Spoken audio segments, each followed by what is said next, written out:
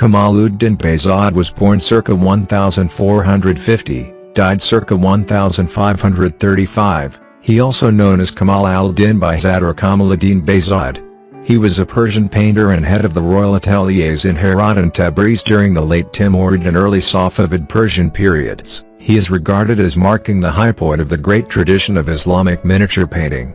He was very prominent in his role as a director of a workshop in the Herat Academy as well as his position in the Royal Library in the city of Herat. His art is unique in that it includes the common geometric attributes of Persian painting, while also inserting his own style, such as vast empty spaces to which the subject of the painting dances around. His art includes masterful use of value and individuality of character, with one of his most famous pieces being the Seduction of Yusuf from Saudi's Bustan of 1488. Behzad's fame and renown in his lifetime inspired many during, and after, his life to copy his style and works due to the wide praise they received. Due to the great number of copies and difficulty with tracing origin of works, there is a large amount of contemporary work into proper attribution.